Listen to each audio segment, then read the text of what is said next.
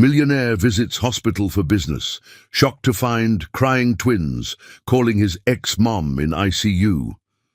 A very powerful story, but before proceeding, don't forget to like, subscribe and comment. I love Mr. Peter. Let's start with love. Some men measure their worth in dollars, others in power. But Peter Sinclair had learned to measure his in the silence of empty rooms where nobody waited for him to come home. The hospital smelled like endings wrapped in antiseptic, and Peter had come to deliver one more. Lawrence Memorial would close within the month, its assets divided, its staff scattered. Another chess piece moved across the board of his empire. His company had been systematically targeting hospitals in lower-income neighborhoods, places where profit margins were thin, but real estate was valuable. Lawrence Memorial in the Riverside district was the latest acquisition, and Peter walked through the corridors with his attorney trailing behind, discussing numbers that meant survival for hundreds of families, but felt abstract in his mouth. Then he heard the crying, not the muffled tears of adults trying to maintain composure, but the raw, primal wailing of children whose world had shattered into pieces too sharp to hold. Peter stopped mid-sentence, his attorney's words fading into background noise as something pulled him toward the sound with an urgency he couldn't name or understand. He turned the corner and saw them. Two little girls, identical in every way that mattered, their brown skin luminous even under the harsh fluorescent lights, their dark curls wild and untamed, their small bodies wrapped around each other as if letting go meant drowning. They wore matching yellow dresses that were wrinkled and stained, their feet in scuffed sneakers that had seen better days, and their faces were rivers of tears that wouldn't stop flowing. A nurse knelt before them, her voice gentle but strained with exhaustion, trying to offer comfort that couldn't reach past the wall of their terror. Other staff members passed by with sympathetic glances but kept moving, pulled toward emergencies that could be solved, toward problems that had solutions. Peter's feet carried him forward before his mind caught up. He knelt down without thinking, his expensive suit touching the hospital floor, his hands empty and uncertain. This close he could see their eyes, swollen and red, but still the most beautiful color, like honey held up to sunlight. Like autumn leaves before they fall. "Hey," he said softly, and his voice sounded foreign to his own ears, stripped of its usual command and authority. "Hey, it's okay." The taller one looked at him, really looked at him, her tear-stained face suspicious and desperate all at once. "It's not okay. Our mama won't wake up." Her voice cracked on the word mama, and something in Peter's chest cracked with it. "The doctors keep saying big words we don't understand." The smaller one whispered, clutching a stuffed rabbit that had seen years of love and washing. "They won't let us see her. They won't tell us if she's going to die." Die. The word hung in the air like a blade. Peter looked up at the nurse, his expression demanding answers. She stood, grateful for adult intervention, and spoke in the clinical tone of someone who'd delivered bad news too many times. "Their mother was brought in unconscious several hours ago. Severe allergic reaction, anaphylactic shock. She's in the ICU. We've been trying to find family, but there's no one listed. No emergency contacts except a disconnected number. These babies have been here alone this whole time."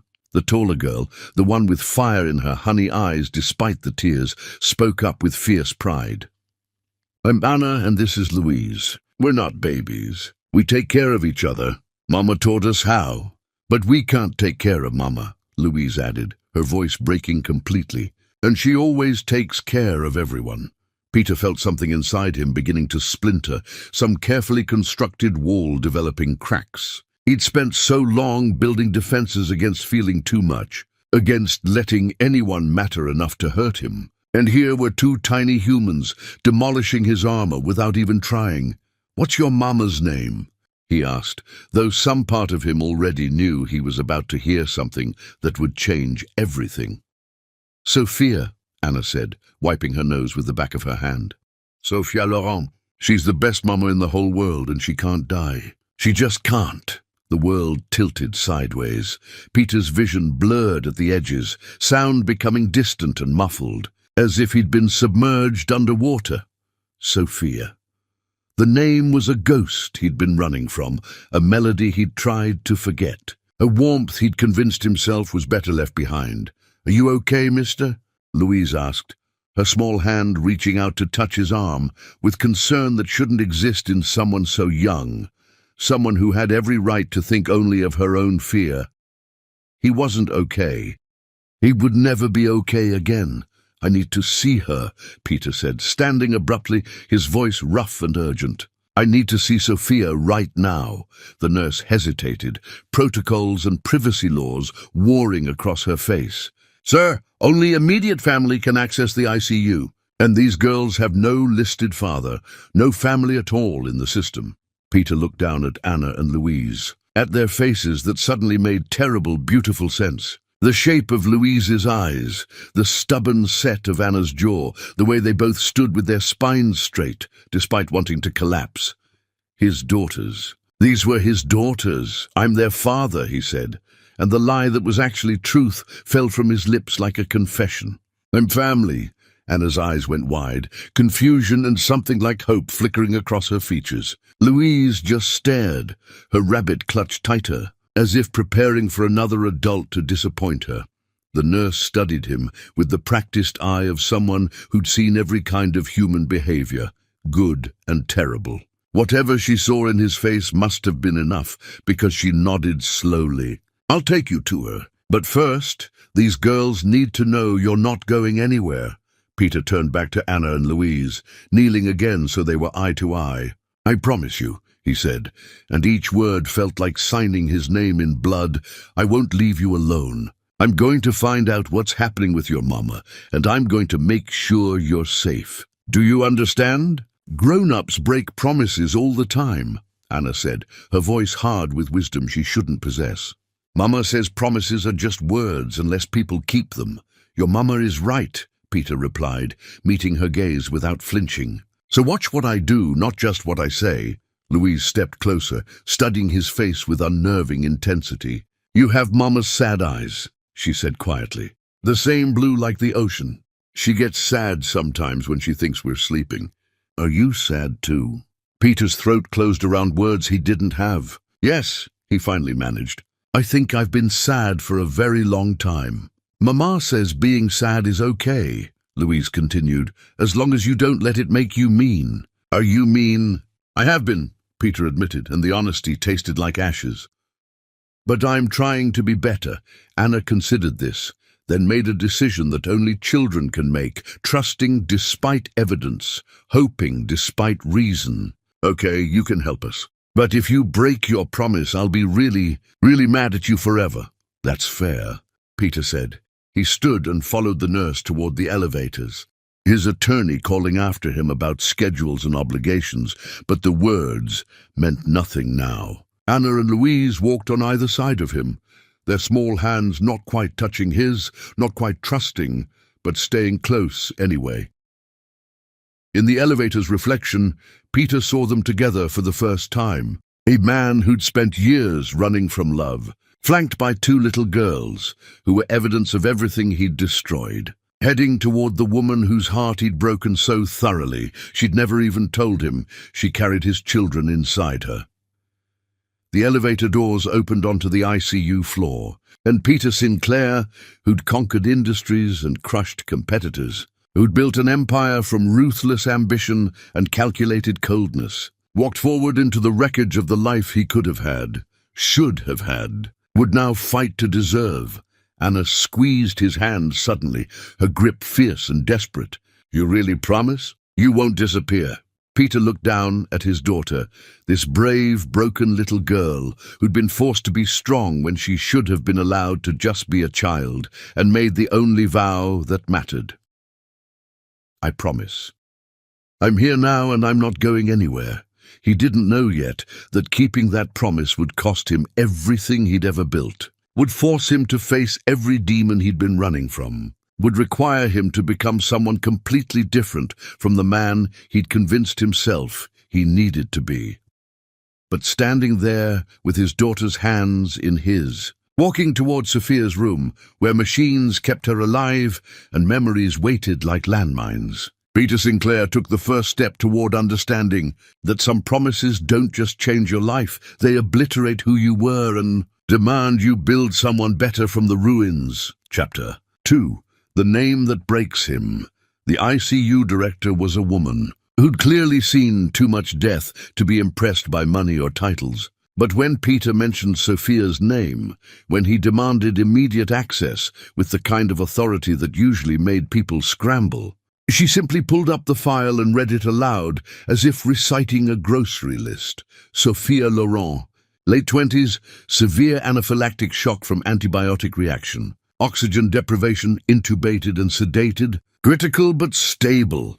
Each word was a bullet Peter hadn't known was aimed at his chest.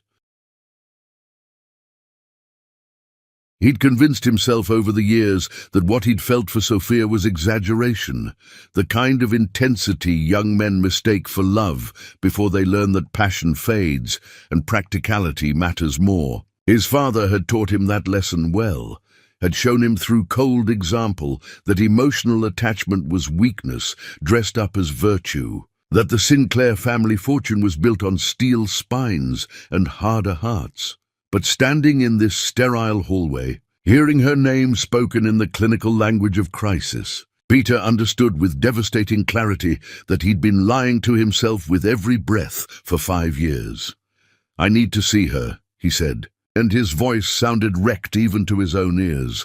The director studied him with the calculating gaze of someone deciding whether he was help or hindrance. "You're listed as the father?"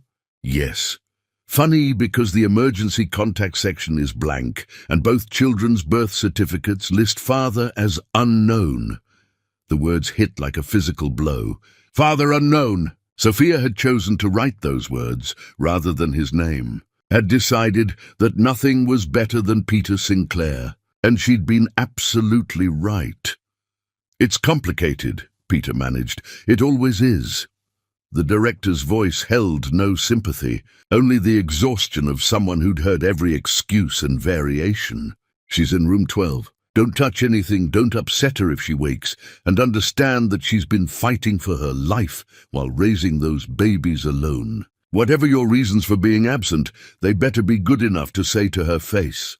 Peter nodded, unable to form words past the guilt lodging in his throat like glass.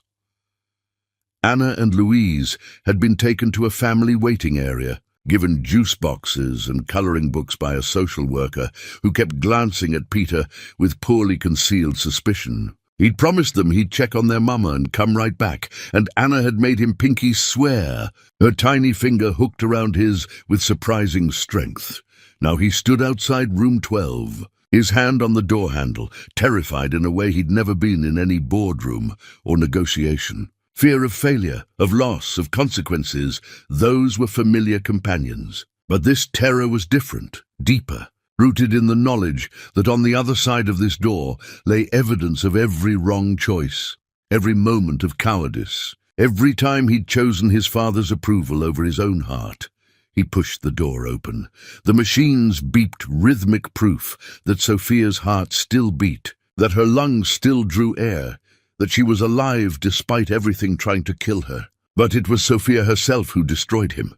She lay so still, her beautiful face swollen from the intubation, her skin dull beneath the harsh lights, her body diminished somehow, as if crisis had physically shrunk him. An IV drip fed medication into her veins.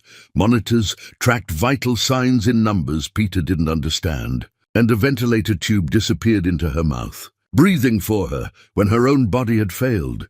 This was the woman who used to dance in his apartment at midnight, who laughed so hard at terrible jokes that she'd snort and then laugh harder at the sound. This was the woman who'd argued philosophy with him until dawn, who'd traced the scars on his knuckles and asked about every story, who'd looked at him like he was someone worth saving.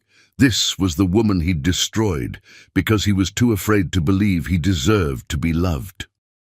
Peter moved closer, his legs unsteady, and sank into the chair beside her bed. Her hand lay limp on the blanket, and he wanted to touch it, but felt he'd lost that right years ago. "I'm sorry," he whispered, though she couldn't hear him. God, Sophia, I'm so sorry. The door opened behind him, and a nurse entered to check monitors, her movements efficient and practiced.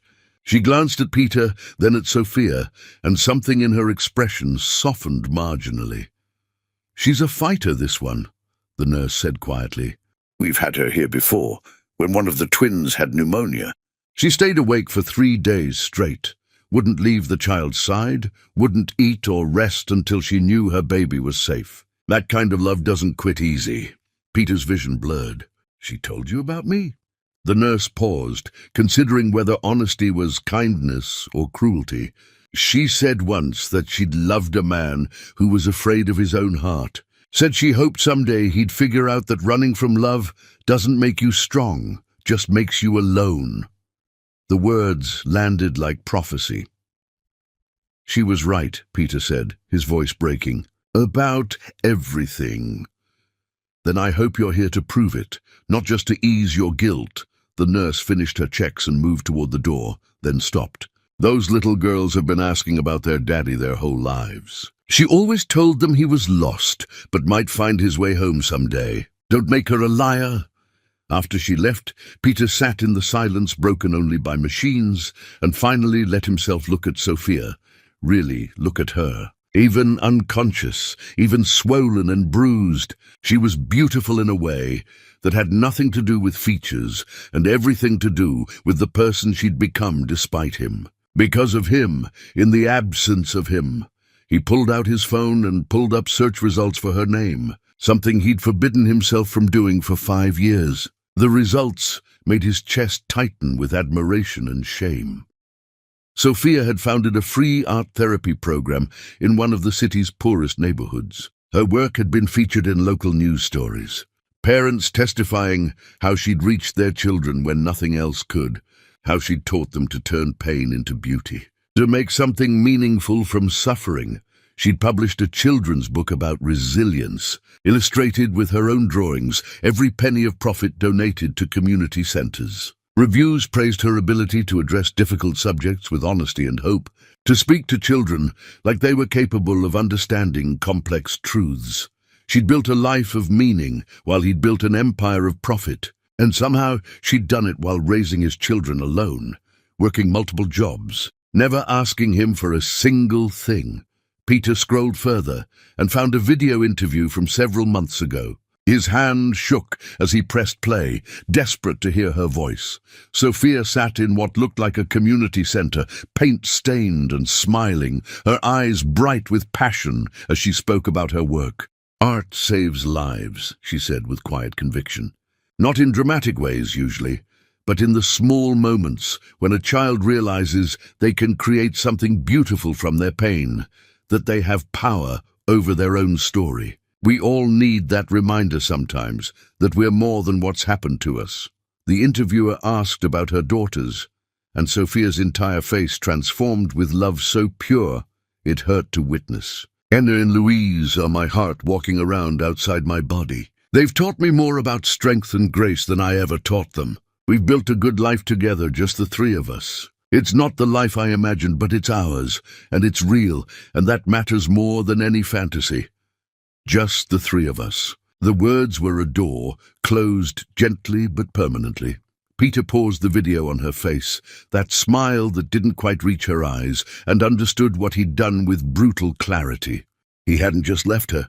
He'd forced her to rebuild herself in his absence, to become someone who didn't need him, didn't want him, had made peace with raising their children alone, because that was safer than hoping he'd ever be the man she deserved. "I was a coward," he told her sleeping form. "My father taught me that love was weakness, and I believed him because believing him was easier than being brave. He told me you were using me, that you'd trap me with pregnancy or manipulation, and I let his poison into my head because I was too afraid to trust my own heart." Sophia's chest rose and fell with mechanical precision, the ventilator breathing for her, and Peter wondered if some part of her could hear him confessing sins she already knew. "You were pregnant when I ended things," he continued, his voice raw.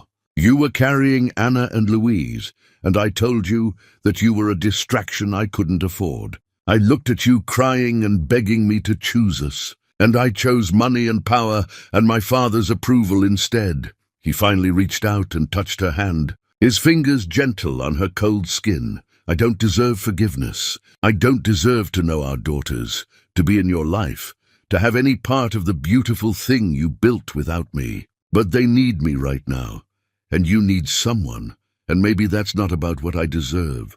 Maybe it's just about what's right." The machines beeped their steady rhythm, marking time, marking the moment Sophia fought to survive, while Peter sat with the wreckage of his choices. A soft knock interrupted his confession, and the ICU director entered with a tablet and an expression that meant bad news, delivered kindly. "We need to discuss next steps. Her insurance is minimal, and the treatment she needs going forward is expensive. Do you have the means to cover her care?" Peter looked up, and for the first time in his life, his wealth felt like something other than a scorecard. "Whatever she needs. Cost doesn't matter." "That's good, because she's going to need months of follow-up treatment, and those babies will need stability during her recovery." "I'll take care of them." The director's eyebrows rose slightly. "You understand that's a significant commitment? These aren't children who can be handed off to nannies. They need consistency, presence, someone who will show up day after day." "I understand. Do you?" "Because loving someone from a distance when it's convenient is easy. Being there at 3 in the morning when they're sick, handling tantrums and tears, and the boring, mundane moments that make up real parenting, that's different. That requires showing up even when it's hard, especially when it's hard." Peter met her gaze without flinching. "I know I haven't earned anyone's trust. I know my word means nothing without action. But I'm asking for the chance to prove I can be what they need." The director studied him for a long moment, then nodded slowly. "We'll draw up temporary custody paperwork. But understand, this goes away the moment Sophia wakes and says otherwise. Her choice trumps yours always, as it should." After she left, Peter sat with Sophia for another hour, memorizing the face he'd spent 5 years trying to forget, and made promises to her sleeping form that he knew might come too late. When he finally returned to the waiting area, Anna and Louise looked up with matching expressions of desperate hope, and Peter understood that he'd just signed himself up for the hardest thing he'd ever done, not because parenting was difficult, though it would be, but because every day he spent with these children would be a reminder of the years he'd missed, the moments he'd stolen from himself through cowardice, the family he'd destroyed before it could even begin, and the woman lying unconscious down the hall might never forgive him for any of it, might wake up and demand he disappear again, and he'd have to respect that choice because respect was the only thing he could offer her now. Anna walked over and took his hand without speaking, and the simple trust in that gesture nearly broke him. "Is Mama going to be okay?" she asked quietly. Peter knelt down to her level, meeting her eyes with honesty she deserved. "I don't know. She's very sick, and it's going to take time for her to get better. But the doctors are taking good care of her, and we're going to take care of each other while she fights, okay?" "You promised you wouldn't leave," Louise reminded him, her rabbit clutched tight. "You pinky swore, I remember," Peter said, "and I'm keeping that promise. You're coming home with me tonight." "But we don't know you," Anna said, not accusingly but factually. "Mama taught us not to go with strangers. Your mama was right. She's very smart." Peter took a breath and spoke the truth that would complicate everything. "But I'm not really a stranger. I'm your father." The words hung in the air between them, and 2 small faces registered shock, confusion, hurt, and cautious hope in rapid succession. "You're our daddy?" Louise whispered. "Yes." "Then where have you been?" Anna demanded, and there it was, the question he'd been dreading and deserved. "Why weren't you with us and Mama?" Peter could have lied, could have softened it, but these children had already learned that adults break promises and disappear and leave them crying in hospital hallways. They deserved honesty even when it was ugly. "Because I was scared," he said simply. "And I made a terrible mistake that hurt your mama and hurt you, even though you weren't born yet. I can't fix what I did wrong, but I'm here now and I'm going to try to do better." Anna processed this with the seriousness of someone much older. "Mama says mistakes are okay if you learn from them. Did you learn?" "I'm trying to," Peter admitted. "Then we'll give you a chance," she decided, speaking for both of them with the authority of the oldest sibling. "But if you mess up again, we won't forgive you twice." "That's more than fair," Peter said. As they gathered their few belongings and headed toward the hospital exit, Louise slipped her small hand into his, and Peter felt the weight of that trust like an anchor and a lifeline all at once. He was taking his daughters home, these two perfect strangers who carried his DNA and Sophia's strength, and he had no idea what he was doing, no preparation for the reality of caring for children who had every reason to hate him. But as they stepped out into the evening air, as Anna asked him if he knew how to make mac and cheese, and Louise wondered if he had any books at his house, Peter realized something that changed everything. For the first time in 5 years, he wasn't running from something, he was running towards it. Chapter 3. Becoming what he never earned. Peter's penthouse looked like a monument to emptiness pretending to be success. All sharp edges and cold surfaces that reflected light but never absorbed warmth. The kind of space that appeared in architecture magazines and felt dead the moment you stepped inside. Anna and Louise stood in the entrance, their small bodies frozen, their faces registering confusion and something close to fear. This wasn't what home looked like to them. Home had cluttered kitchen counters and finger paintings taped to walls and toys scattered across floors like evidence of life lived loudly. "It's very clean," Louise finally said, her voice small and uncertain, clutching her rabbit tighter against her chest. "Too clean," Anna added, walking further inside with cautious steps, as if expecting the gleaming floors to reject their presence. "Where do kids play here?" Peter looked around his space with new eyes and felt ashamed. Every surface was pristine because no one touched anything. Every room arranged for aesthetic rather than comfort. Every corner designed to impress rather than welcome. This was a showcase, not a home, and bringing children here felt like placing flowers in a tomb and expecting them to bloom. "I guess we'll figure that out together," he said, setting down their small backpack that contained everything they'd brought from the hospital. A tragic inventory of a hastily packed life. "Do you have food?" Anna asked practically, her stomach growling audibly. Real food, not just grown-up food? Peter realized with sinking certainty that he had no idea what children ate, what they liked, what would comfort them on this strangest and most terrifying of nights. His refrigerator contained takeout containers from expensive restaurants, wine, and ingredients he'd meant to cook someday but never did. "Let's order something," he suggested, pulling out his phone.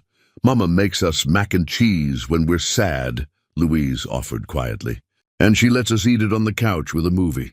We're not usually allowed to eat on the couch, but she says sometimes sad is bigger than rules."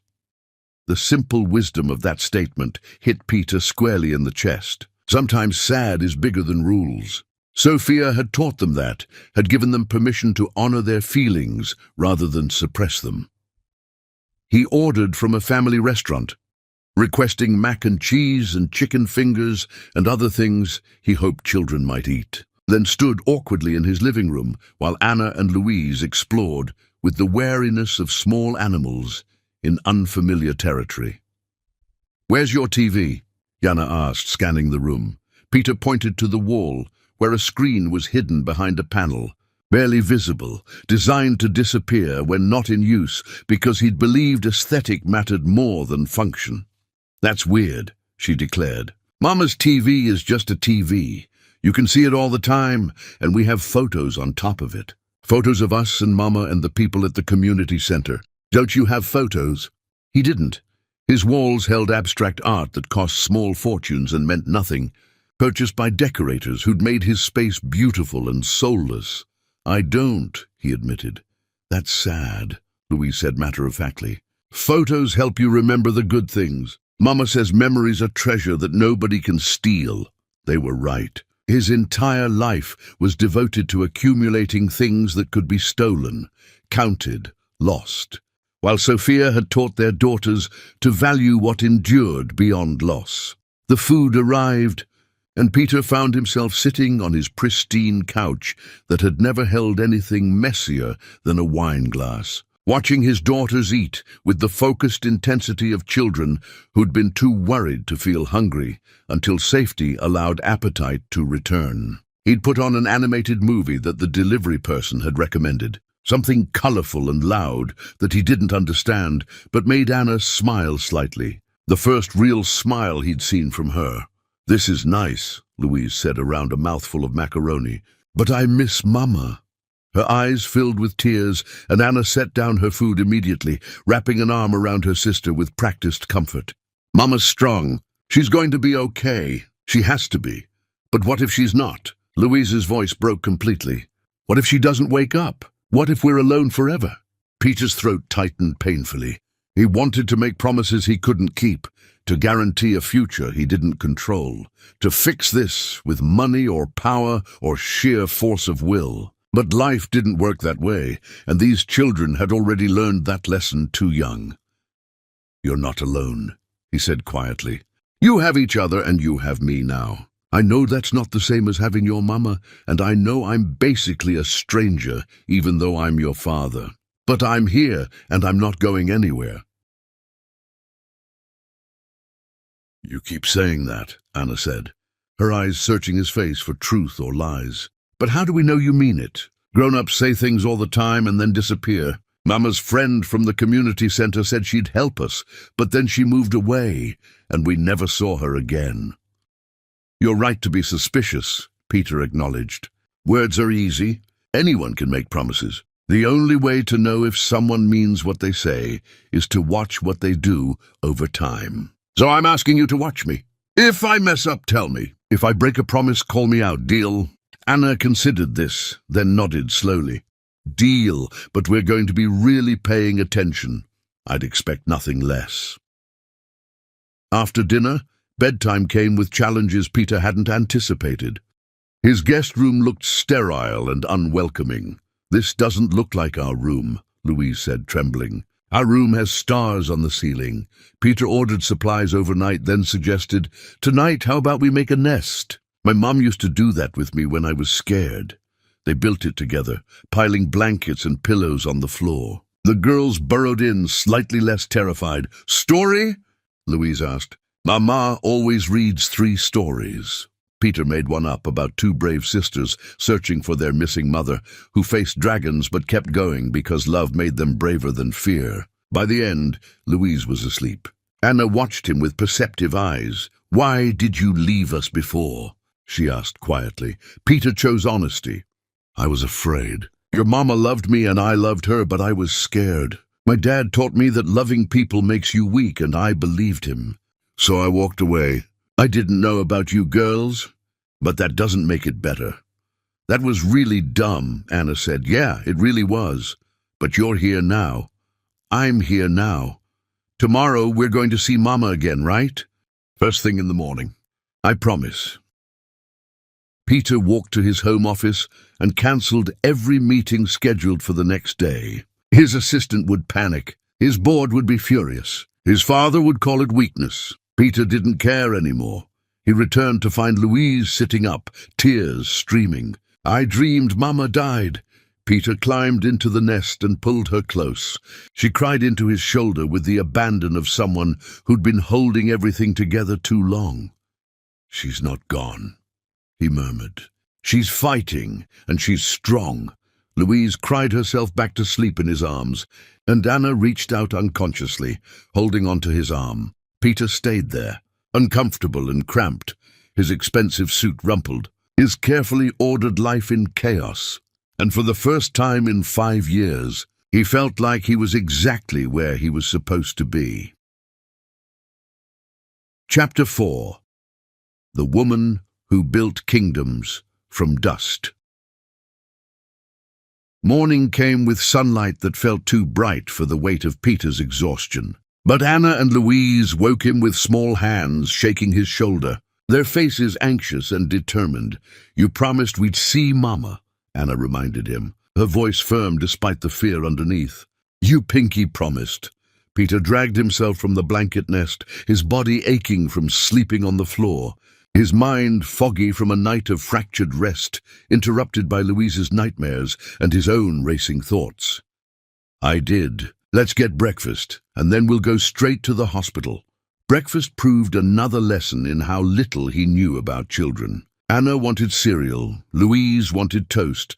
Neither wanted the elaborate egg dish he attempted to make, following a recipe on his phone. They ate standing at the kitchen counter, too restless to sit, too worried to pretend normalcy. The hospital visit was better and worse than the night before. Better because Sophia's vital signs had improved slightly, her body fighting its way back from the edge. Worse because she still hadn't woken, still lay motionless and pale, still looked fragile in a way that seemed fundamentally wrong for someone who'd raised 2 children alone, while holding down multiple jobs and building community programs from nothing. Anna and Louise climbed onto chairs beside her bed, their small hands finding hers, their voices soft as they told her about their night, about the strange man who claimed to be their father, about the blanket nest and the story and how scared they were. "Please wake up, Mama," Louise whispered. "Please, we need you." Peter stood back, giving them privacy with their mother, and pulled out his phone to research Sophia's life more thoroughly. What he found shattered him into smaller and smaller pieces. He discovered a blog she'd kept sporadically, posts about single motherhood and art, and finding joy in struggle. One entry, from when the twins were infants, described living in a shelter, applying for assistance, working overnight shifts while a neighbor watched her sleeping babies, all while trying to finish her degree in art education through online classes taken on a borrowed laptop. Another post from several years later celebrated landing her job at the community center, her words radiating joy over steady income and health insurance, over finally having an apartment with 2 bedrooms so the girls could have their own space. She documented their first days of school, Louise's pneumonia scare, Anna's stubborn refusal to wear anything but yellow for an entire summer, the small victories and large struggles of raising children without support. Nowhere in any post did she mention Peter. No bitter complaints, no pleas for help, no public shaming. She'd simply erased him from their narrative and carried on. Peter found the community center's website and spent an hour watching videos of Sophia's art classes. She worked with children who'd experienced trauma, who carried stories too heavy for their small shoulders, and she taught them to transform pain into beauty. In one video, a young boy who'd witnessed violence painted angry red slashes across canvas while Sophia knelt beside him, her voice gentle. "That's right. Put it all out here where it can't hurt you anymore. Make it into something you control." The boy painted for 30 minutes, his small face fierce with concentration, and gradually the angry slashes became a sunset, became something almost beautiful. "See?" Sophia said softly. "You took the scary feelings and made them into art. You're stronger than what happened to you." Peter watched her face in that video, the tenderness and patience, the complete presence, and understood that while he'd been acquiring companies and chasing profit margins, Sophia had been changing lives one child at a time. A nurse interrupted his research, her expression kind but firm. "The girl should probably take a break. Too long in here gets overwhelming." Peter nodded and gently suggested to Anna and Louise that they visit the hospital playroom. They resisted initially, not wanting to leave their mother, but Louise's exhaustion was evident, and Anna's protective instincts extended to her sister. "We'll come right back," Anna negotiated, "just for a little while." After they left with a volunteer, Peter remained in Sophia's room, studying the woman he'd loved and abandoned. The nurse checked monitors, adjusted IVs, made notes on a tablet. "You're the father?" she asked without looking up. "Yes. Where have you been?" The question was blunt, stripped of social niceties, and Peter found himself answering honestly. "Running, being a coward, choosing everything except what mattered." The nurse finally looked at him, her expression unreadable. "She came here when the little one had pneumonia, sat in that same chair for 3 days, wouldn't sleep, barely ate. Hospital admin tried to make her leave during non-visiting hours, and she told them they'd have to drag her out because her daughter needed her, and nothing mattered more than that." Peter's throat tightened. "She talked about you once," the nurse continued. "Said she'd loved a man who was afraid of his own heart, who thought being alone was strength.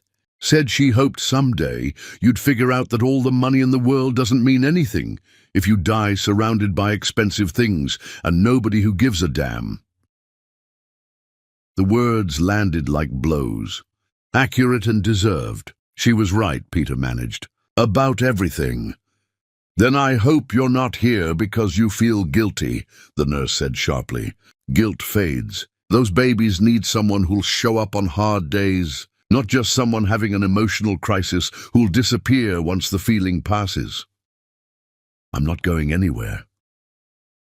"Time will tell." She finished her notes and moved toward the door, then paused.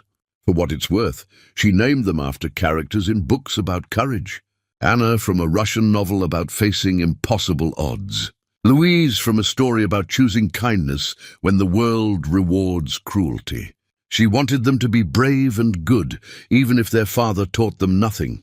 After the nurse left, Peter sat with that information, understanding that even in naming their daughters, Sophia had been teaching them lessons, building character, preparing them for a world that wouldn't be gentle. His phone rang. His father's name appeared on the screen, and Peter considered letting it go to voicemail, but old habits and ingrained obligation made him answer. "Where the hell are you?" His father's voice was ice over fury. "You've missed 3 critical meetings. The board is calling for emergency sessions. You're jeopardizing everything we've built. I'm at the hospital."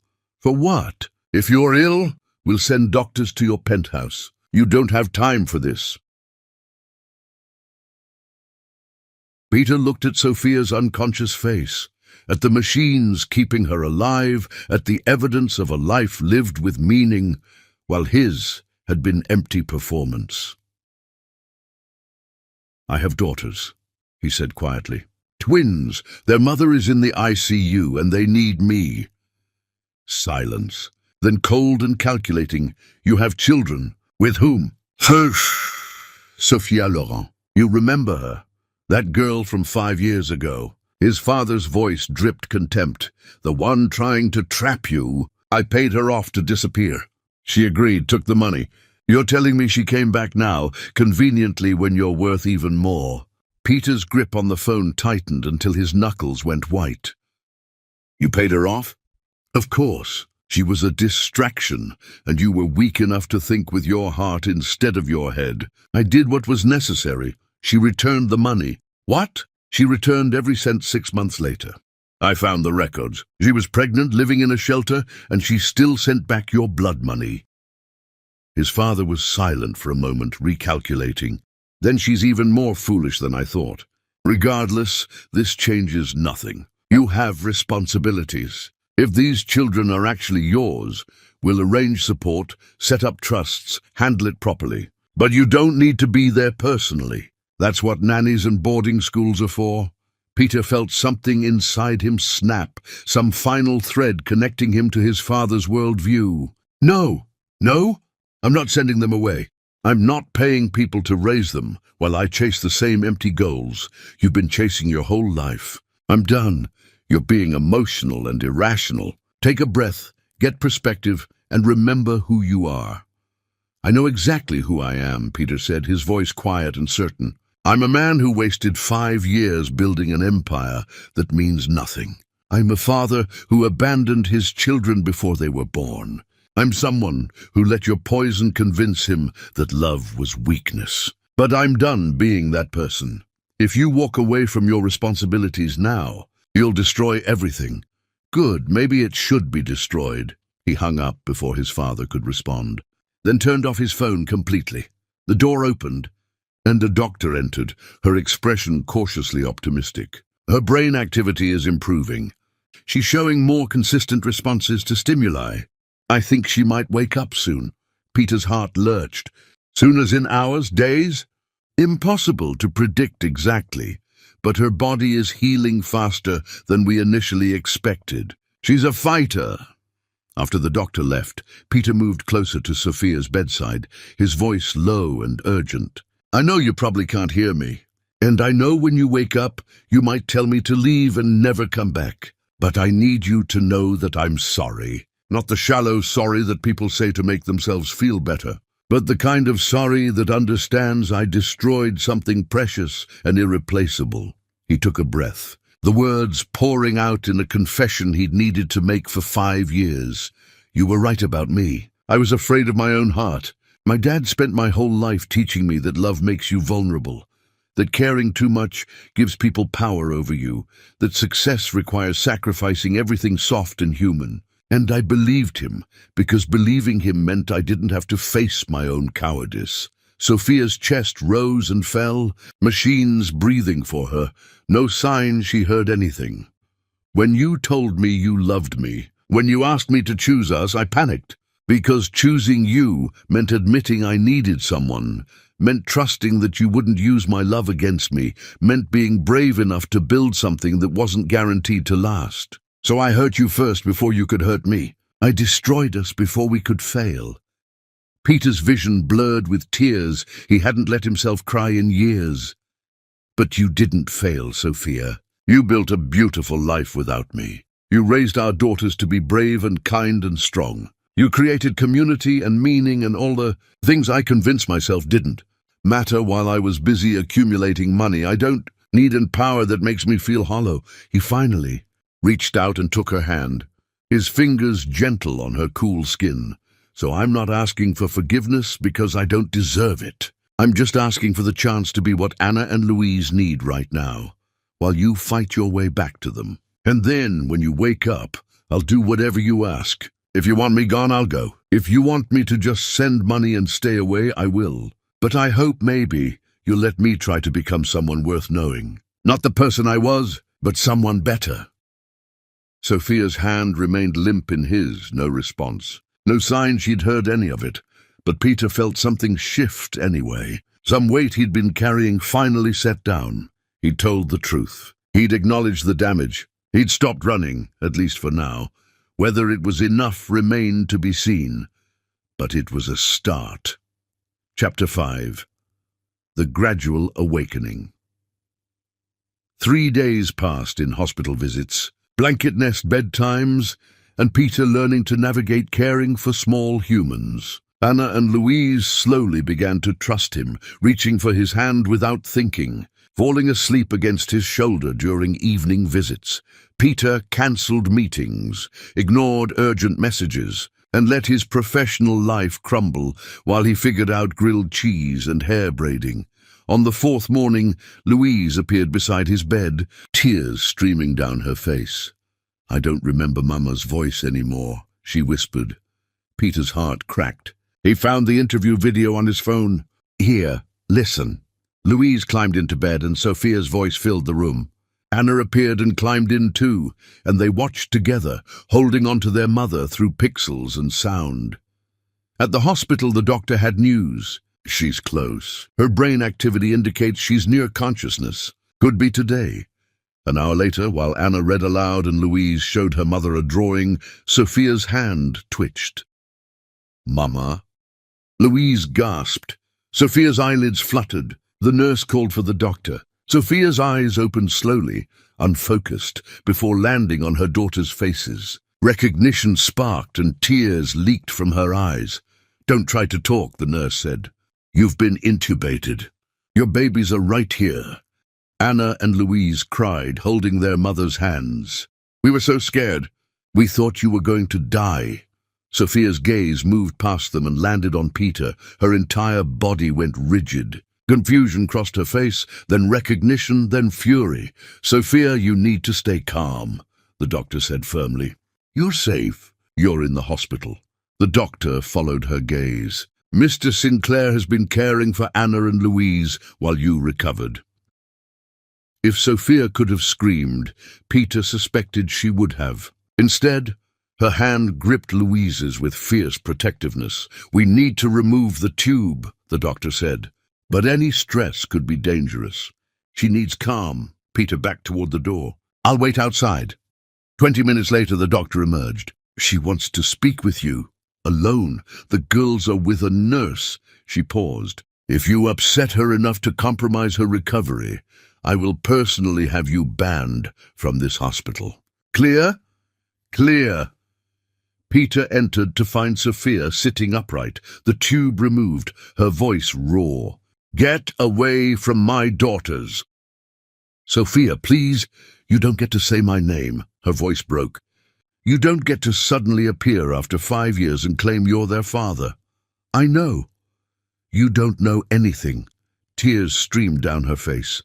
I came to tell you I was pregnant, and your father offered me money to disappear. I took it because I was desperate, then returned it after 6 months. Peter's hands clenched into fists. Sophia's eyes opened slowly, unfocused and confused, her gaze moving across the ceiling before landing on her daughters' faces. Recognition sparked, and tears leaked from the corners of her eyes as she tried to speak around the tube still in her throat. Don't try to talk, the nurse said gently. You've been intubated. We'll remove it soon, but for now just rest. Your babies are right here. Anna and Louise were crying, holding their mother's hands, their small voices overlapping in relief and joy. We were so scared. We thought you were going to die. We missed you so much. Sophia's gaze moved past them and landed on Peter. Her entire body went rigid. Confusion crossed her face, then recognition, then something that looked like betrayal and fury, all tangled together. She tried to sit up, panic evident in her movements, and machines started beeping warnings as her vital signs spiked. Sophia, you need to stay calm, the doctor said firmly. You're safe. You're in the hospital. You've been unconscious for several days, but you're recovering. Sophia's eyes never left Peter's face, questions and accusations burning in her gaze. What are you doing here? How did you find me? Why are you with my daughters? The doctor followed her line of sight and understood immediately. Mr. Sinclair has been caring for Anna and Louise while you recovered. He identified himself as the father and has had temporary custody. If Sophia could have screamed, Peter suspected she would have. Instead, her hand gripped Louise's with sudden fierce protectiveness, and she pulled both girls closer to her with strength that shouldn't have been possible given her condition. We need to remove the tube so she can speak, the doctor said, already moving to prepare. But I'm warning both of you. Any stress or conflict in this room right now could be dangerous for the patient. She needs calm. Peter backed toward the door. I'll wait outside. Sophia's eyes followed him with barely contained rage, and Peter understood that whatever he'd hoped for, whatever fragile possibility he'd imagined, had just died the moment she'd seen him with her daughters. He sat in the hallway, listening to muffled voices through the door, and 20 minutes later the doctor emerged with an expression that combined medical professionalism with personal judgment. She wants to speak with you. Alone. The girls are with a nurse. She paused, her voice dropping. I don't know your history, and frankly I don't care. But that woman in there has been through hell, and if you upset her enough to compromise her recovery, I will personally have you banned from this hospital. Clear? Clear. Peter entered Sophia's room to find her sitting slightly upright, the tube removed, her voice raw but functional as she drank water with shaking hands. When she spoke, each word was glass. Get away from my daughters. Sophia, please, you don't get to say my name. Her voice broke, fury and pain bleeding together. You don't get to suddenly appear after 5 years and claim you're their father. You gave up that right when you walked away. I know. You don't know anything." Tears streamed down her face, years of held pain finally released. "You have no idea what it was like. I came to tell you I was pregnant, and your father offered me money to disappear like I was something shameful to be hidden. I took it because I was desperate, then spent 6 months hating myself before I could return it." Peter's hands clenched into fists, rage at his father mixing with self-loathing. "I tried to reach you again when they were born," Sophia continued, her voice shaking. "I showed up at your building with 2 newborns, exhausted and terrified, and security turned me away. Said you'd left instructions not to be disturbed by anyone from your past. So I left and never came back." The words hit like physical blows. He'd never left those instructions, which meant his father had, protecting him from consequences and responsibility without his knowledge. "I didn't know," Peter said helplessly. "I swear I didn't know you tried to reach me." "It doesn't matter." Sophia's voice rose, then cracked, pain evident in every syllable. "Because you should have stayed in the first place. You should have been brave enough to love me, to trust me, to build something real instead of running away the moment it got scary." "You're right. Don't agree with me like that makes it better. Don't stand there acting understanding and evolved when you destroyed everything." She was crying harder now, years of held grief pouring out. "I loved you so much it terrified me. I would have built a life with you, raised our children together, been your partner through everything. And you threw me away like I meant nothing." Peter moved closer, despite the doctor's warnings, kneeling beside her bed. "You meant everything. That's why I ran. Because I was raised to believe that needing someone made you weak, that love was a trap, that men like me don't get to have happiness and success. And I believed it because I was a coward." "You were more than a coward," Sophia said, her voice dropping to something more dangerous than anger. "You were cruel. You looked at me crying and begging you not to give up on us, and you said I was a distraction you couldn't afford. Do you remember that? A distraction. Like I was a hobby you'd outgrown." I remember every word, and I've regretted them every day since." "Good. I hope the regret eats you alive." She wiped her eyes with trembling hands. "And now you show up here, playing father, making my daughters trust you, inserting yourself into our lives when you have no right to be here." They needed someone. Child Services was going to take them. So you decided to be their savior. How noble. How convenient that your guilt kicked in right when it could make you feel like a hero. Peter flinched because there was truth in that accusation, mixed with the rest. "I'm not trying to be a hero," he said quietly. "I'm trying to do what's right, even though it's 5 years too late. There is no right anymore. Right was being there from the beginning. Right was choosing us when it mattered. This is just you trying to feel better about being a terrible person." "Maybe," Peter admitted. "But Anna and Louise needed care, and I wasn't going to let them go into the system while you fought for your life. Call it guilt if you want, but I made that choice because they're my daughters, whether I deserve them or not." Sophia stared at him for a long moment, her expression cycling through emotions too fast to track. "They don't know you. They've asked about their father their whole lives, and I told them you were lost because it hurt less than saying you chose not to be found." "What do you want me to do?" Peter asked, and meant it genuinely. "Do you want me to leave? I will." "Do you want me to stay away forever?" "I'll do that too. Just tell me what you need." "I need you to not have destroyed us." Sophia's voice broke completely. "I need to go back 5 years and have you choose differently.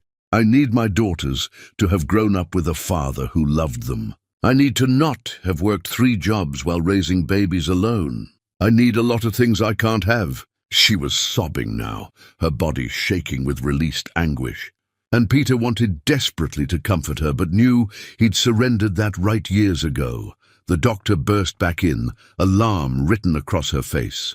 "That's enough. She needs rest, not emotional trauma." "Get him out," Sophia managed through tears. "I don't want him here." Peter stood, his legs unsteady, and moved toward the door. Wait, Sophia called out, her voice wrecked but determined. The girls, are they okay? Have you been taking care of them properly? Despite everything, despite the justified rage and pain, her first concern was still their daughters. They're okay, Peter said. Scared and sad, but okay. I'm doing my best, which isn't nearly good enough, but I'm trying. Sophia closed her eyes, fresh tears leaking out. Keep them safe until I can come home. That's all I'm asking. Keep them safe and then disappear. I will. He left the room and found Anna and Louise waiting with the nurse, their faces anxious. Is Mama okay? Anna asked immediately. Why was everyone yelling? Peter knelt down to their level, choosing honesty over comfortable lies. Your Mama is upset because I've been away for a long time, and my showing up now is confusing and painful for her. She needs time to process everything. Is she mad at us? Louise asked in a small voice. No, sweetheart, never. She loves you more than anything in the world. She's just mad at me, which is completely fair. Are you leaving? Anna's eyes filled with tears. Are you going to disappear now like before? Peter pulled them both into a hug, these children who'd learned too young that adults make promises and break them. I'm not leaving you. I'm going to keep taking care of you until your Mama is well enough to do it herself. That's a promise. But then you'll go? Anna pressed. That's up to your Mama. She gets to decide, not me, okay?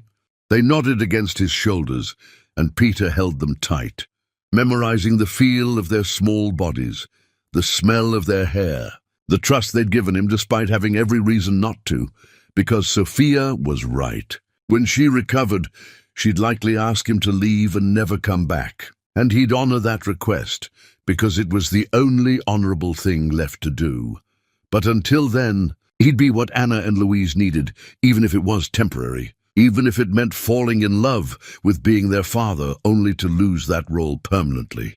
Some prices had to be paid, no matter how much they cost, and Peter was finally beginning to understand that being a man meant accepting consequences, not running from them. Chapter 6. The Walls Between Them. Sophia came home 10 days later, still weak but insistent, her body healing faster than her heart. Her doctor had other plans when Sophia insisted she was fine. You're not cleared to be alone with them yet, Dr. Reyes said firmly. Your body needs help for at least a few weeks. You collapse again, you could die. Your daughters need a living mother. Sophia's eyes filled with frustrated tears. I'll hire someone. That costs money you don't have, Peter said quietly. Let me help. I'll stay. Handle what you can't. Sophia looked at him with intense hatred. You want to stay in my home? Pretend we're some kind of family? I don't want to pretend anything. Anna and Louise have been through enough. I've been doing it alone since the beginning. I know, but right now you literally can't. Dr. Reyes cleared her throat. I'm recommending home care as medical requirement. Whether that's him or someone else is your choice. Sophia closed her eyes, defeated. Fine, 1 month. Then you leave and never come back. I'll sign whatever you need. The first week was excruciating. Sophia could barely look at him, would leave rooms he entered, directed all communication through the girls. Every night, he'd lie awake listening to her cry softly behind her closed door. Anna and Louise were caught between loving their mother and having grown attached to their father. Confusion evident in every interaction. This isn't fair to them, Peter said one evening after the girls were in bed. They shouldn't have to navigate our issues. Sophia looked up from paperwork. There are no our issues. There's what you did and what I'm living with. They're torn between us, and we need to be civil so they don't feel like loving one of us means hurting the other. Don't lecture me about parenting after abandoning them. I'm not lecturing. I'm saying they deserve parents who can be in the same room without tension. Sophia set down her pen deliberately. You want me to be civil to the man who broke my heart, got me pregnant, disappeared, then showed up playing hero? I'm not playing anything. Then what are you doing, Peter? Really? Peter moved to the window. I'm trying to be what I should have been from the start. I know it's too late. I know I can't fix what I broke. But I can help now while you need it. I don't want your help. I don't want anything from you. Except you need it right now, so we're stuck. Sophia laughed bitterly. What a romantic way to describe forcing yourself into my life again. I'm not forcing anything. You agreed to this. Because I had no choice. The words hung sharp and true. Peter turned back. You're right. I taught you that love is just another word for eventual abandonment. And I'm sorry doesn't cover what I took from you. There's nothing I can say that makes it better. Then stop trying, Sophia said, her voice cracking. Just do what you're here to do and leave me alone. Okay. The stalemate continued another week. Then Louise got sick with a fever and struggling breath that sent Sophia into barely controlled panic. The pediatrician advised monitoring overnight. Sophia paced with fear while Peter stayed ready to help. And at midnight, Louise's fever spiked. They drove to the emergency room. Louise bundled in back with Anna beside her. She's going to be okay, Peter said. You don't know that, Sophia snapped. You don't know anything about what we've been through. Then tell me. Help me understand. Why? So you can feel even more guilty? Because I want to know my daughters. Even if it hurts. Sophia was quiet, then began speaking while watching Louise. She was born smaller, needed oxygen. The genetic condition showed up early. When she was 1, she stopped breathing. I did CPR until the ambulance came. I've never been that terrified. Peter's hands tightened on the wheel. She had pneumonia twice before she turned 3. I sat in the ICU for a week, same as you did with me. And now here we are again. You've kept her safe. She's alive because you fought for her every day. She's at risk because she inherited your family's broken genes. The accusation hung heavy, but Peter couldn't argue.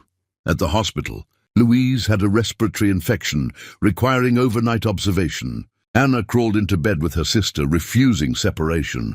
Sophia sat beside them, trembling with exhaustion, and Peter saw what 5 years had cost her. The permanent circles, the worry lines, the bone-deep tiredness. You should rest, Peter said. I'll stay awake and watch them. I'm not leaving. I'm not asking you to leave. Close your eyes for a few hours. I promise I'll wake you if anything changes. Sophia wanted to argue, but exhaustion won. If anything happens, I'll wake you immediately. She fell into restless sleep within minutes. Peter kept his promise, watching over all 3 through quiet hours. And for the first time since Sophia woke, he felt useful instead of just present. When Sophia woke near dawn, disoriented and guilty for sleeping, she found Peter exactly where he'd been. Louise and Anna were sleeping peacefully, fever broken. Thank you, Sophia said reluctantly, for keeping watch. You're welcome.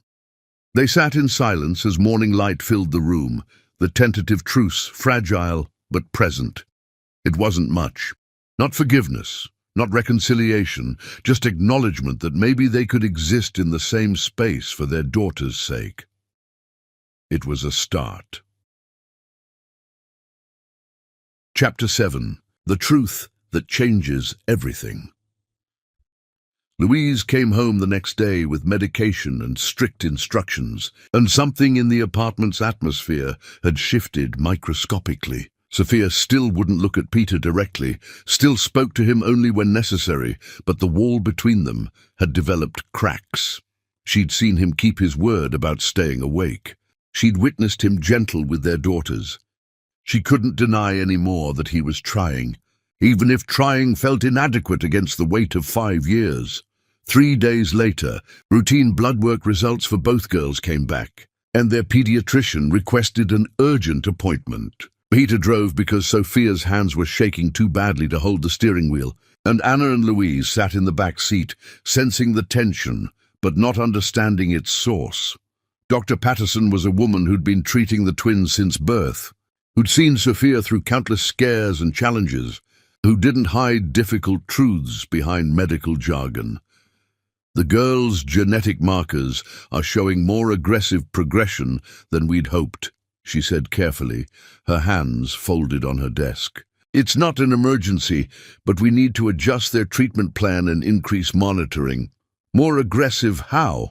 Sophia's voice was tight with barely controlled fear. The enzyme deficiency is advancing despite current medication. They'll need a newer, more effective treatment protocol. She paused, clearly uncomfortable. It's expensive, very expensive. We're talking substantial monthly costs, even with insurance. Peter spoke before thinking. Cost doesn't matter. Whatever they need. Dr. Patterson's eyes moved between him and Sophia. I'm sorry, I don't think we've met. Are you their father? Peter said, and watched Sophia's jaw clench. I'll cover all medical expenses. Whatever they need, whatever it costs, I'll handle it. That's incredibly generous, but these treatments run. I don't care what they run. I have the resources. Just tell me what they need, and I'll make it happen. Sophia stood abruptly, her chair scraping against the floor. Can you give us a minute? Dr. Patterson nodded and left the room, clearly sensing the conflict brewing. The moment the door closed, Sophia turned on Peter with fury barely contained. You don't get to do that. Do what? Provide medical care for our daughters. Swoop in with your money and fix everything like that makes up for being absent. Like throwing cash at problems earns you father points. I'm not trying to earn points, Peter said, struggling to keep his voice calm. I'm trying to keep them healthy. That's not about me, it's about them.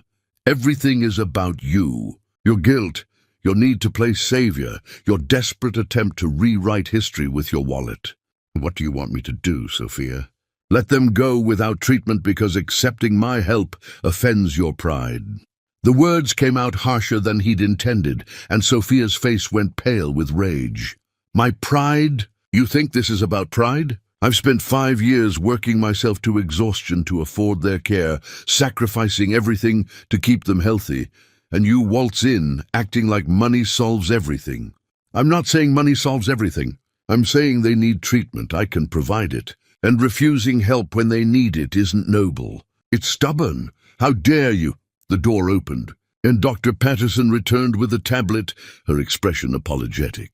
I'm sorry to interrupt, but there's something else we need to discuss. They sat back down, tension crackling between them, and Dr. Patterson pulled up genetic analysis reports that meant nothing to Peter, but made Sophia's face drain of color. What is it? Peter demanded. The girl's condition has a known genetic source, Dr. Patterson explained carefully. It's passed through paternal bloodlines, specifically linked to certain pharmaceutical exposures in previous generations. Peter's stomach dropped. Pharmaceutical exposures? Yes. There was a drug trial conducted about 30 years ago in several low-income neighborhoods. The medication was eventually pulled from the market due to severe side effects, but many participants suffered long-term genetic damage that's been passed to subsequent generations. The room tilted sideways. What was the drug called? Dr. Patterson checked her notes. Neurolox 7. It was developed and tested by Sinclair Pharmaceuticals. The words hit like bullets. Sinclair Pharmaceuticals. His family's company, his father's legacy. The empire Peter had devoted his life to building was directly responsible for the genetic condition killing his daughters. Where was this trial conducted? Sophia asked, her voice deadly quiet. Several locations, but the largest cohort was in the Riverside district. Sophia stood so abruptly, her chair fell backward. That's where I grew up. That's where my parents lived before I was born. The implications crashed over them like a tsunami. Sophia's parents had likely been part of the trial. The genetic damage had been passed to her, then to their daughters. Peter's family hadn't just abandoned Anna and Louise. They'd poisoned them before they were even conceived. I need air, Sophia said, her voice breaking as she rushed from the room. Peter sat frozen, the weight of this revelation crushing him. Everything he'd built his life around, every success he'd celebrated, every achievement he'd chased, was founded on his family systematically damaging vulnerable communities for profit. Dr. Patterson watched him with clinical assessment. You didn't know. It wasn't a question, but Peter answered anyway. No, I had no idea. There are class action lawsuits, victims seeking compensation. Your company has been fighting them for decades. Peter's mind raced through implications he'd been too focused on quarterly earnings to ever examine. The sealed court records, the confidential settlements, the legal fees his father always dismissed as cost of doing business. It had all been there, buried under layers of corporate language and plausible deniability, and Peter had never looked closely enough to see the bodies underneath. "I need to see those files," he said. "Everything related to Neurolox 7. Can you send me references? I can send you the medical literature. The legal aspects aren't my domain." Peter found Sophia in the parking lot, leaning against his car, tears streaming down her face as she gasped for air. He approached carefully, hands visible, giving her space to reject him if needed. "My parents," she choked out. "My parents were part of that trial. They were desperate for money, and your company paid them to be test subjects. My mother got sick afterward, was never the same. She died when I was 16, and nobody could figure out why her body just started shutting down.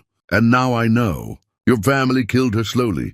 Sophia, I didn't know. It doesn't matter what you knew." She whirled on him, grief and rage transformed into something primal. "Your company, your name, your legacy is built on killing people like my parents.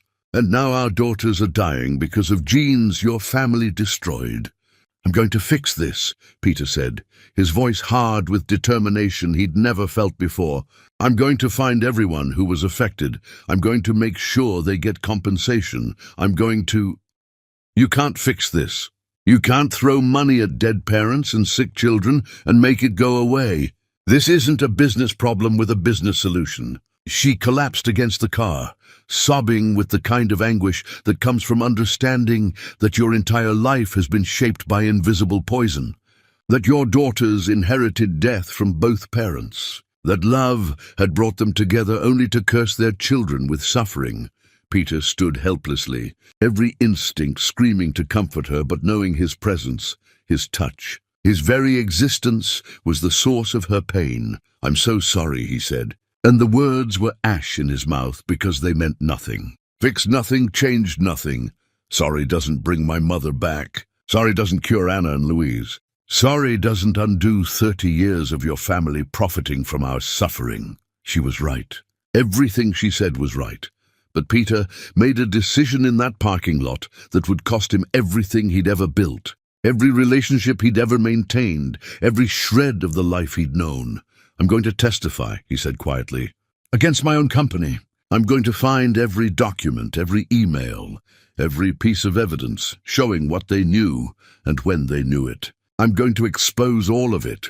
Sophia looked up at him, disbelief written across her features. "Why would you do that? That's your entire life. That's not my life. Anna and Louise are my life. You're my life. And I'm not going to let my father's poison keep destroying people. This will ruin you." "Good. I should be ruined. The company should be destroyed. Everything built on that foundation should burn."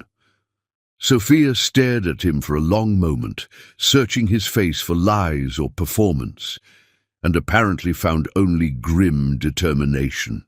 "You'll lose everything. I already lost everything that mattered 5 years ago when I walked away from you. Everything else is just furniture." She shook her head slowly, tears still streaming. "I don't know if I believe you. I don't know if this is real or just another version of you, trying to be the hero of your own story." "Watch me," Peter said simply. "Don't take my word for it. Just watch what I do." They drove home in silence, and that night after the girls were asleep, Peter began the work that would dismantle his life. He accessed his company's sealed archives. He combed through decades of internal memos. He found the smoking guns, executives discussing known side effects, decisions to hide data, payoffs to silence victims, calculated strategies to bury the truth under legal fees and confidentiality agreements. His father's name appeared again and again, architect of the cover-up, protector of profit over people. Peter compiled everything into a file so damning that releasing it would trigger criminal investigations, civil suits, and the complete destruction of Sinclair Pharmaceuticals. Sophia found him at dawn, hunched over his laptop. surrounded by printed documents covered in highlighted evidence of systematic abuse. You really meant it, she said softly. Every word. This will destroy your father. He destroyed my mother with his coldness. He destroyed you with his money. He destroyed Anna and Louise before they were born. He deserves whatever comes. Sophia moved closer, looking at the documents spread across the table, seeing the scope of the betrayal. What happens when you release this? Federal investigation, criminal charges. The company gets dismantled. Every victim gets compensation. And I probably end up facing charges myself for my role in continuing the cover-up, even unknowingly. You'd go to prison? Maybe. Probably. I don't care anymore. You should care. Anna and Louise need you. Peter looked up at her, searching her face for meaning behind those words. I thought you wanted me gone. I did. I do. I don't know. Sophia sank into a chair, exhaustion and confusion evident. But watching you work all night to destroy everything you've built, knowing it won't benefit you at all, knowing you're doing it purely because it's right. That's not the man who left me 5 years ago. That man was a coward who didn't deserve you. I'm trying to be someone different. I see that, Sophia said quietly. I'm not ready to forgive you. I might never be ready. But I see you trying, and that's something. It wasn't absolution. Wasn't reconciliation, wasn't love rekindled, but it was acknowledgement. And for now, that was enough to keep fighting for. Chapter 8. The Breaking Point. Peter contacted federal investigators the next morning, presenting his evidence in a meeting that lasted 7 hours and ended with his company's headquarters being raided. Assets frozen, executives arrested. The news exploded. Sinclair Pharmaceuticals exposed for decades of cover-ups. CEO's son turns whistleblower. Victims to receive compensation. Peter's phone detonated with calls. His board demanded meetings. His father's attorney threatened lawsuits. His father himself arrived at Sophia's apartment that evening, pounding on the door with rage. Peter answered to find his father trembling with fury. You destroyed everything. Everything we built, gone because you got sentimental over some woman and her bastards. Peter stepped outside, closing the door. Those bastards are your grandchildren, and they're dying because of genes your drug trial destroyed. Collateral damage in necessary research. Risk you hid from desperate people who needed money. His father's face contorted. They were compensated. They signed waivers. Everything was legal. Legal isn't the same as right, and you knew the drug was dangerous. You let people keep taking it because stopping early would cost millions. I did what was necessary for the company's survival. You killed people for profit, Peter said flatly. You destroyed families, created genetic time bombs, then covered it up. That's not business. That's murder. His father moved closer, voice venomous. You self-righteous hypocrite. You enjoyed every benefit that money provided, every privilege. You didn't ask where it came from when you were cashing checks. The words hit because they were partially true. You're right, Peter said. I should have asked questions. Should have cared about more than quarterly earnings. That's on me, but I'm not letting it continue. You've ruined us. Everything sold for parts. Thousands losing their livelihoods because you decided to play hero. Those employees will find new jobs. The victims you created don't get new lives. His father's expression shifted. And for a moment, Peter saw something unexpected beneath the rage, genuine confusion, as if he truly couldn't comprehend why Peter would choose this path. She got to you. That woman twisted you around, made you weak. This is why I paid her off, kept her away.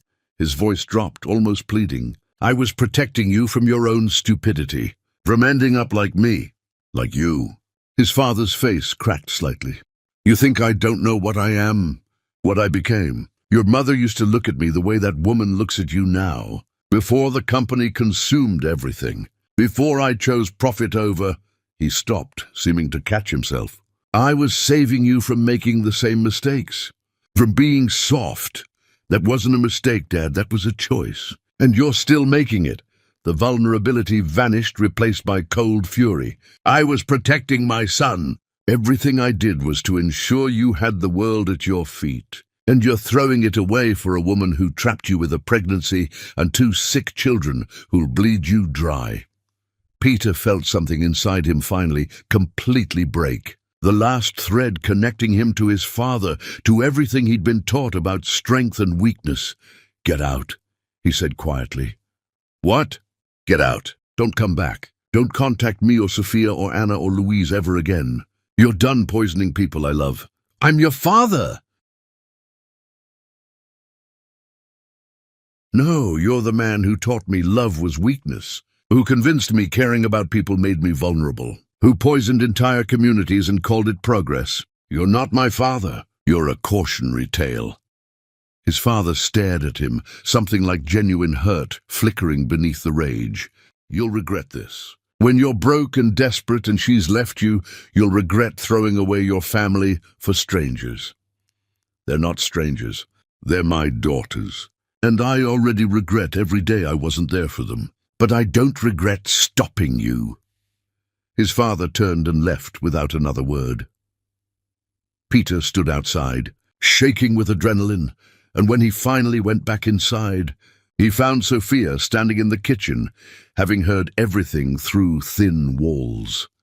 "That was your father," she said unnecessarily. "That was my father. He's right about one thing. This will cost you everything. I know. You'll lose your company, your money, probably your freedom. You might end up in prison. You'll definitely end up poor. And for what?" Peter met her eyes. "I'm not doing this to prove anything to you. I'm doing it because Anna and Louise deserve a father who chooses right over easy. Because the victims deserve justice. Because I'm tired of being the kind of man who looks away from suffering if acknowledging it is inconvenient." Sophia's expression was unreadable. "You're not the person I thought you were. I'm not the person I thought I was either. What happens now?" "I'll probably face charges. I'll testify in exchange for reduced sentence, but I'll still likely serve time. The company gets liquidated, assets distributed to victims. I lose everything I haven't already lost. And Anna and Louise.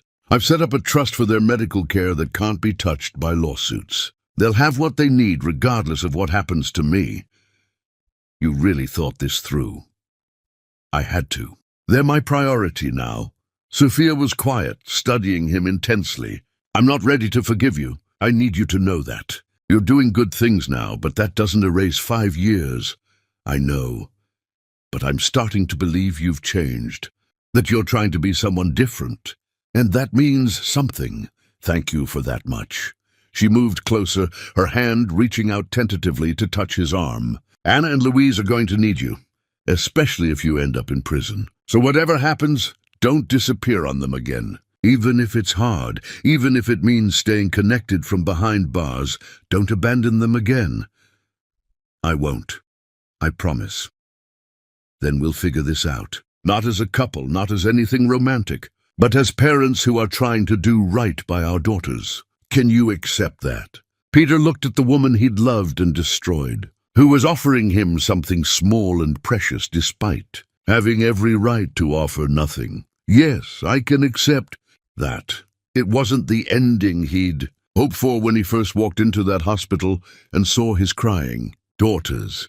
But it was honest and it was real, and it was built on truth instead of fantasy, and that was worth more than any grand romantic gesture could ever be. Chapter 9. The choice that costs everything. The federal investigation moved with terrifying speed once Peter opened the floodgates. Documents he'd provided led to more documents, which led to witness testimony, which led to criminal indictments that reached deep into his company's leadership. His father was arrested on 17 counts, including fraud, criminal negligence, and conspiracy to conceal evidence. The images of him being led from his mansion in handcuffs played on every news channel, and Peter felt nothing but grim satisfaction watching karma finally arrive for a man who'd believed himself untouchable. Other executives followed, board members who'd known about the cover-up, lawyers who'd helped bury evidence, scientists who'd falsified data, The entire rotten structure collapsed under the weight of its own corruption, and Peter was at the center of it all. The whistleblower who'd sacrificed his own future to expose the truth. But the price was steeper than he'd anticipated. Federal prosecutors offered him a deal: testify against his father and co-conspirators, provide ongoing cooperation, and serve minimal prison time for his role in continuing the cover-up, even unknowingly. They acknowledged he hadn't created the problem, but he'd benefited from it and had been in position to stop it sooner. Peter accepted the deal without hesitation. 18 months in minimum security, eligible for parole after 12. It was lenient given the scope of the crimes, but prosecutors wanted his testimony more than they wanted his incarceration. Telling Anna and Louise was the hardest conversation of his life. They sat together on Sophia's couch, his daughters on either side of him, while he explained in terms they could understand that he'd done something wrong a long time ago. That even though he hadn't known it was wrong at the time, he still had to take responsibility, and that meant going away for a while. Going away like before? Anna asked, her voice small and frightened. Going away and not coming back? No, sweetheart. Not like before. I'll be at a place where I have to stay because of the laws, but I can still write you letters and call you and see you when Mama brings you to visit. I'm not leaving you. I'm just going to be somewhere else for a while. How long is a while? Louise asked, her rabbit clutched tight against her chest. About a year, maybe less if I'm really good. That's a really long time, Anna said, tears forming in her eyes. What if we forget you again? Peter pulled them both close, his own eyes burning with tears he'd held back for too long. You won't forget me. I won't let you. I'm going to write you letters every single day. I'm going to call you every time I'm allowed. And when you visit, I'm going to memorize your faces so I can remember you when I'm alone. I don't want you to go, Louise sobbed. I just started knowing you. You just started being our daddy. I know, baby.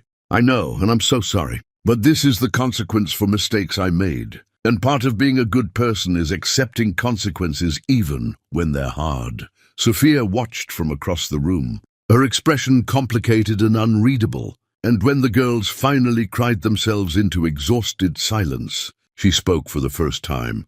Take them to get ice cream. One more normal afternoon before everything changes. Peter looked at her, surprised by the gesture, and found something like compassion in her eyes, despite everything. They went to a small shop near the apartment, and Peter watched his daughters eat ice cream with the focus children bring to simple pleasures, and he memorized everything about them. The way Anna's tongue stuck out slightly when she concentrated on not dripping, the way Louise hummed while she ate, the way they both looked at him with trust he was still learning to deserve. Will you still be our daddy when you come back? Anna asked suddenly, her cone dripping onto her hand. If you still want me to be, then yes, always. Even if we're mad at you sometimes. Especially then. Being family means loving each other even when we're mad. That night, after the girls were finally asleep in their room, Sophia joined Peter on the couch where he'd been staring at the wall, trying to reconcile himself to the reality of leaving them. They're going to struggle, she said quietly. Abandonment issues don't heal overnight. I know. I hate that I'm doing this to them again. You're not doing it to them. You're accepting consequences for actions that matter. There's a difference. She was quiet for a moment, then added, I'm not happy you're leaving, but I respect that you're taking responsibility. That's more than most people do. That's a low bar. Maybe, but you're clearing it, which is more than you did 5 years ago. Peter looked at her. This woman who'd survived his abandonment and his father's poison and somehow still had the capacity to show him grace he didn't deserve. Thank you, he said, for letting me know them.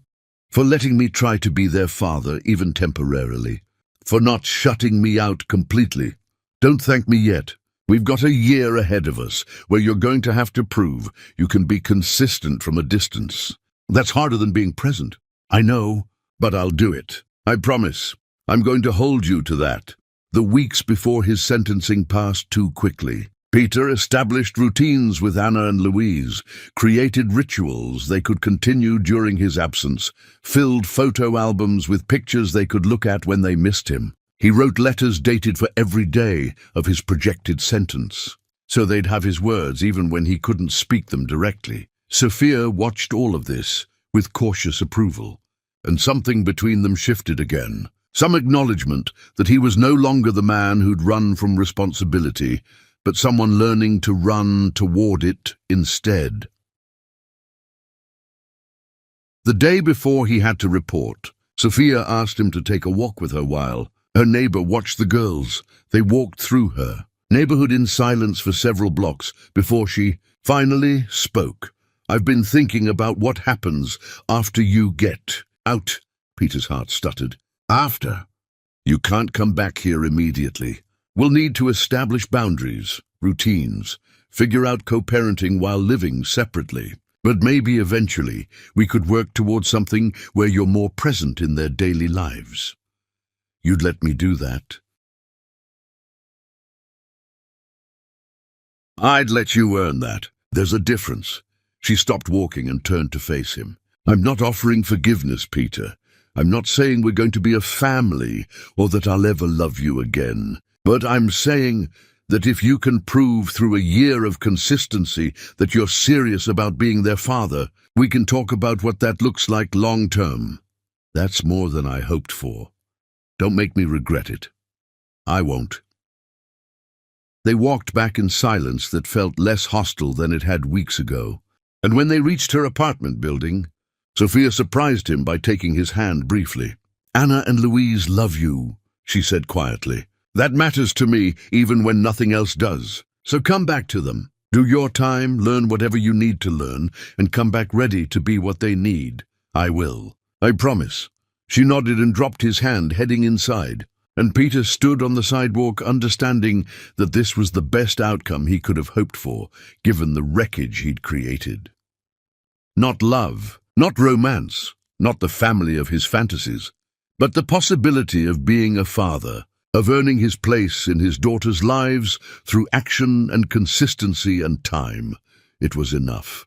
It had to be enough, because it was all he had left to fight for, and this time he wasn't running away from the fight.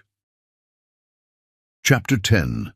The life earned through years. Not moments. 18 months felt like 18 years. But Peter served every day with the grim determination of someone who understood that this was the price of redemption, not its guarantee. He wrote to Anna and Louise daily, simple letters about his mundane routines mixed with questions about their lives, with encouragement and love, and the consistency he'd failed to provide before. They wrote back sporadically at first, then more regularly. Their letters filled with crayon drawings and spelling mistakes, and the gradual trust of children learning their father's words could be reliable. Sophia brought them to visit twice monthly, awkward encounters in sterile visiting rooms where Peter tried to be present and engaging despite the artificial setting. The girls adapted with the resilience children possess, treating these visits as strange but acceptable facts of their reality. He called every week when permitted, and they'd tell him about school and friends and the small dramas of childhood that felt monumental to them and precious to him. He'd memorized their voices, the way Anna talked fast when excited and Louise went quiet when sad, learning his daughters through fragments and distance. The whistleblower case proceeded through courts, his testimony instrumental in dismantling what remained of his father's legacy. Victims received compensation, not enough to truly make them whole, but more than they'd had. His father received a substantial sentence, and Peter felt no satisfaction in that outcome, only the quiet acknowledgement that justice, however imperfect, had finally arrived. Peter was released after 14 months with good behavior, stepping into spring sunshine that felt too bright after institutional fluorescence, and found Sophia waiting with Anna and Louise, all three of them holding a hand-painted banner that read, "Welcome home, Daddy," in uneven letters that made his throat close with emotion. The girls ran to him without hesitation, their small bodies colliding with his legs. their arms wrapping around him with the fierce possession of children who'd learned that people they love can be taken away. He knelt and held them, breathing in their shampoo and sunshine smell, feeling their reality in a way letters and phone calls could never capture. "You came back," Anna said, pulling away to study his face as if checking for changes. "You really came back. I promised I would." "Lots of people promise," Louise added quietly, her rabbit tucked under one arm. "But you actually did it." Sophia stood apart, watching their reunion with an expression Peter couldn't quite read. And when he finally stood and met her eyes, she offered a small smile that felt hard-won and precious. "Welcome back," she said simply. "Thank you for bringing them. They wanted to be here. We all did." The apartment Peter moved into was small and spare, everything he'd owned before, liquidated to pay restitution and legal fees. He worked as a hospital janitor now, the same work he'd done during brief work release periods, mopping floors in the building where he'd once been treated like royalty as a potential investor. The irony wasn't lost on him, but pride felt like a luxury he couldn't afford and didn't want anymore. Anna and Louise visited every weekend, Sophia dropping them off with instructions and pickup times that gradually extended as Peter proved reliable. He learned their homework struggles and favorite snacks, their friendship dramas and bedtime preferences, all the ordinary details that made up their lives. Months passed in quiet routine. Peter showed up when promised, called when scheduled, attended school events and medical appointments without fanfare or expectation of praise. He was simply present consistently and steadily, proving through accumulation of small moments that he'd meant every word about being their father. Sophia watched all of this from her careful distance, and Peter noticed her walls developing new cracks. She'd linger during drop-offs, making small talk instead of rushing away. She'd ask his opinion about parenting decisions instead of just informing him of her choices. She'd smile sometimes when he made the girls laugh, genuine warmth flickering before she'd catch herself and retreat. One evening, several months after his release, Sophia arrived to pick up the girls and found them all asleep on Peter's couch, exhausted from a day at the Science Museum. Anna and Louise were sprawled across him like puppies, their mouths open in sleep, and Peter had an arm around each of them, his own face peaceful in a way Sophia had never seen during their relationship years ago. She stood in the doorway, watching them, and when Peter's eyes opened and found hers, she didn't look away. "They had fun today," he said quietly, not moving to avoid waking the girls. "I can see that. We built a volcano. It exploded all over my kitchen. There's still baking soda in places I didn't know existed." Sophia laughed softly, the sound surprising both of them. "Sounds about right. They're amazing kids, Sophia. You raised them so well." "We're raising them," she corrected, then seemed surprised by her own words. "I mean, you're part of it now. You're here." "I'm trying to be." She moved into the apartment fully, sitting in a chair across from the couch. "You've been out almost a year now. You've kept every promise, shown up every time, been everything they needed. That's not nothing. It's the minimum. Maybe, but it's more than I expected when you first showed up at that hospital." She was quiet for a moment, studying him. "You're different. Fundamentally different from the man I knew 5 years ago. Prison has a way of forcing perspective. It's not just prison. It's every choice you've made since. The company, your father, this life." She gestured at his sparse apartment. "You gave up everything." "I didn't give up anything that mattered. I just finally figured out what actually matters." Sophia's eyes were bright with emotions Peter didn't dare name. "The girls want you at their birthday party next month. Not just as a guest, but helping plan and set up. They want you involved." "I'd love that. And I was thinking maybe we could do Sunday dinners, all 4 of us. Not every week necessarily, but regularly. So they see us getting along, working together." Peter's heart hammered against his ribs. "Are you sure?" "No," Sophia admitted honestly. "But I'm willing to try. Not for us, not for any romantic reason, but because Anna and Louise deserve parents who can be in the same room without tension. I can do that. I know you can. That's why I'm suggesting it. Louise stirred in her sleep, mumbling something about stars, and Sophia's expression softened with maternal tenderness that made Peter's chest ache with what he'd missed and what he might still earn. The birthday party came and went, a chaotic, beautiful celebration where Peter and Sophia worked together seamlessly, anticipating each other's movements, tag-teaming the chaos of a dozen children hopped up on sugar. Anna blew out her candles and wished for something she wouldn't tell anyone, and Louise whispered to Peter that she'd wished for them all to be happy forever. Sunday dinners became routine. Peter would arrive at Sophia's apartment with groceries, and they'd cook together while the girls did homework or played. Conversation flowed easier each week, laughter coming more naturally, comfortable silences replacing hostile ones. One evening, while washing dishes side by side, Sophia spoke without looking at him. "I don't hate you anymore." Peter's hands stilled in the soapy water. "Okay, I'm not saying I've forgiven everything. I'm not saying I'm ready for anything beyond co-parenting. But the hate is gone, and that feels important to acknowledge. Thank you for telling me. I'm also not saying I'll never forgive you," she continued, finally meeting his eyes. "I'm saying it's a process, and we're somewhere in the middle of it, and I don't know where it ends."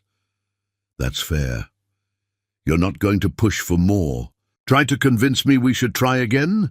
Peter set down the dish he'd been washing and turned to face her fully. 5 years ago, I walked away because I was afraid of needing you.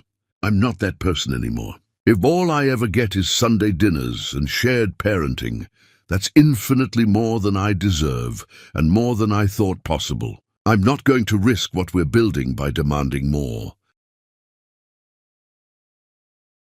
Sophia studied him for a long moment, then nodded slowly.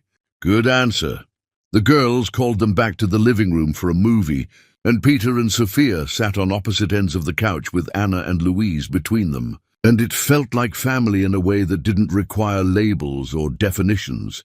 Months became a year, then 2. Peter worked his janitor job and took night classes in public health, finding purpose in work that helped rather than harmed. Sophia's art program expanded with settlement money from the lawsuits, reaching more children in more neighborhoods. Anna and Louise grew taller and braver, their medical conditions managed with treatments Peter's compensation fund made possible.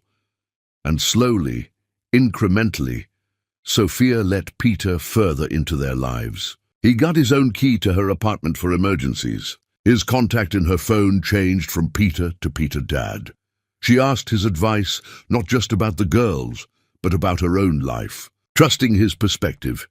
The evening everything started ordinarily. Peter was helping Louise with a science project while Anna practiced piano, and Sophia was grading student artwork at the kitchen table. Domestic and unremarkable and more valuable than any boardroom victory Peter had ever achieved. Louise looked up from her project suddenly. "Are you and Mama going to get married?"